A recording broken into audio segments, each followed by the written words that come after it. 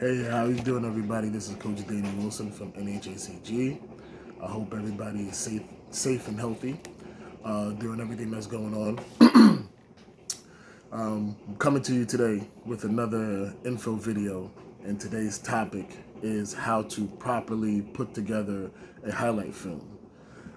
As the director of recruiting for NHACG, and prior to being at NHACG, I was the director of recruiting also for Brookdale Community College. I got film constantly. I would receive anywhere from, I don't know, 30 to 50 clips or highlight films on a daily basis. So I've broken down a lot of film over the last 15, 20 years, and there have been some things in these films that are just major red flags, and I just feel that this is the time to address it and tell all you people that want to put together film. The film is very important, especially now with you not being able to visit campuses and things of that nature and go to showcase events and AAU being done until further notice. Film is your link, literally, to schools and coaches.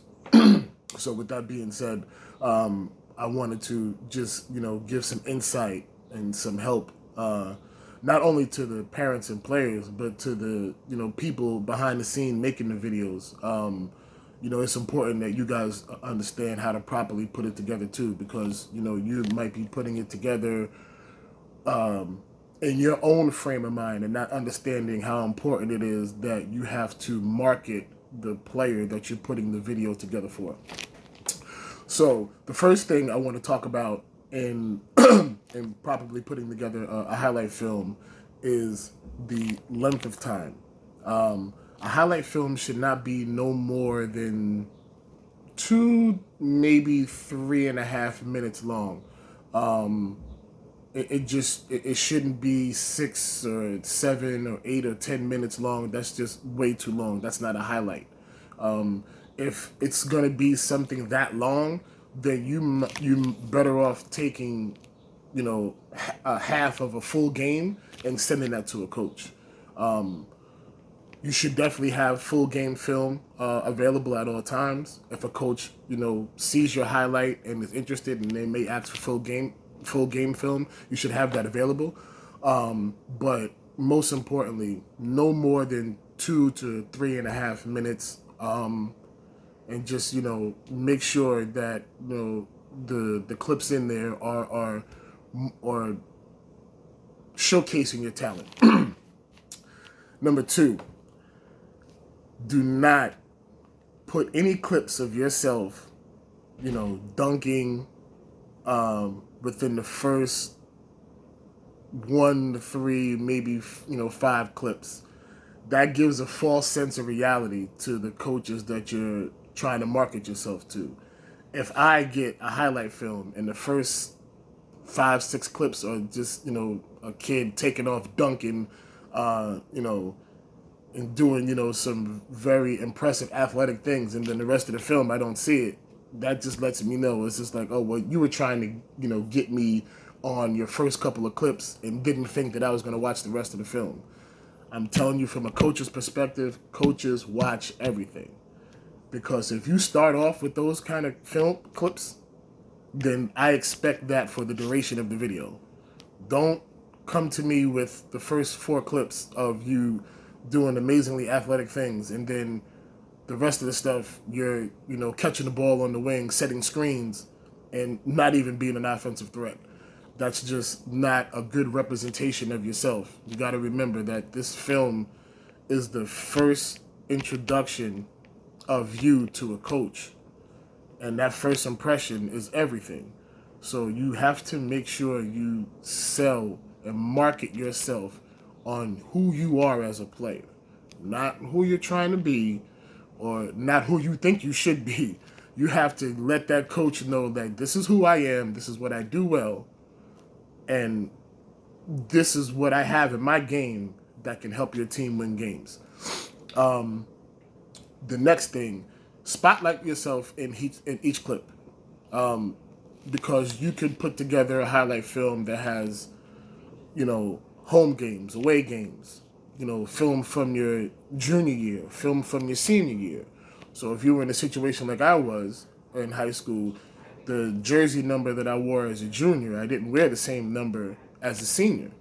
So the clips are moving so fast, sometimes it gets hard, even for myself. It gets hard to follow a certain player in the film to know it's exactly him or her what they're doing.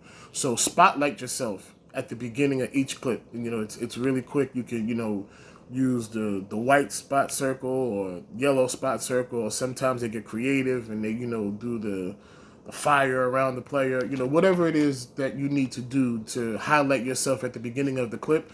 Make sure you do that, because the coach wants to see you. They don't want to see somebody else scoring or doing good things in your video. You're marketing yourself.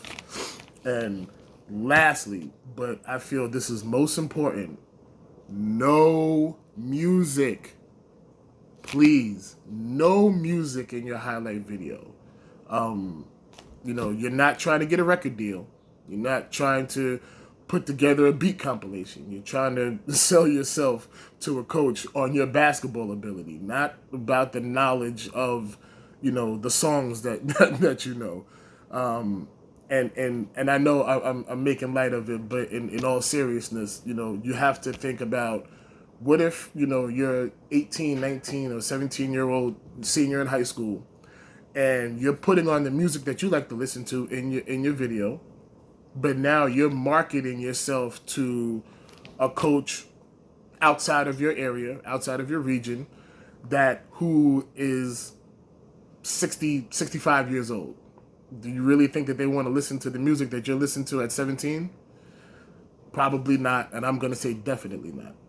So do yourself a favor, please watch what you're going to put in your video, and I'm telling you 100% no music. The coaches, first of all, when they hear the music, they automatically put the volume down anyway. They don't want to hear that. They want to watch you play basketball. So when you're doing the video and you're putting it together, no music. Please. If you feel that you really need to have the music in, and it might be a part of you or whatever you need to do, please censor it. You can't market yourself to somebody that potentially wants a scholarship. These coaches are going to bring you on campus. You're going to be a representation of not only of them, because they recruited you, but of the school, because that's the name that's going to be on the front of the jersey that you're playing. If you're sending them a highlight film that's with language and lyrics that is disrespectful to women, and that is just vulgar and nasty, it's not a good look. And 9 out of 10 times, most of the time, 10 out of 10 times, that's going to just knock you down on their list. Coaches have a responsibility to themselves and to the colleges or universities that employ them. If they're going to offer you a scholarship to come to their school, they have to know without a shadow of a doubt that when you come on their campus, then you're not going to be a problem. They need to know that when you have this jersey on, and when you're on your own social media, and when you're doing things, that everything you do is a representation of the college and of the coach, because their reputations are on the line. You can transfer and go to another school, but that coach may not be able to get another job after he made a bad decision and recruited a person in that was disruptive to campus life. So, I hope these points were very, very helpful to you. I think there's some very important points, and I definitely wanted to get it out and make sure that, you players that are having to put together your film, make sure you follow these guidelines. Best of luck to you, everybody, and we'll see you guys again soon.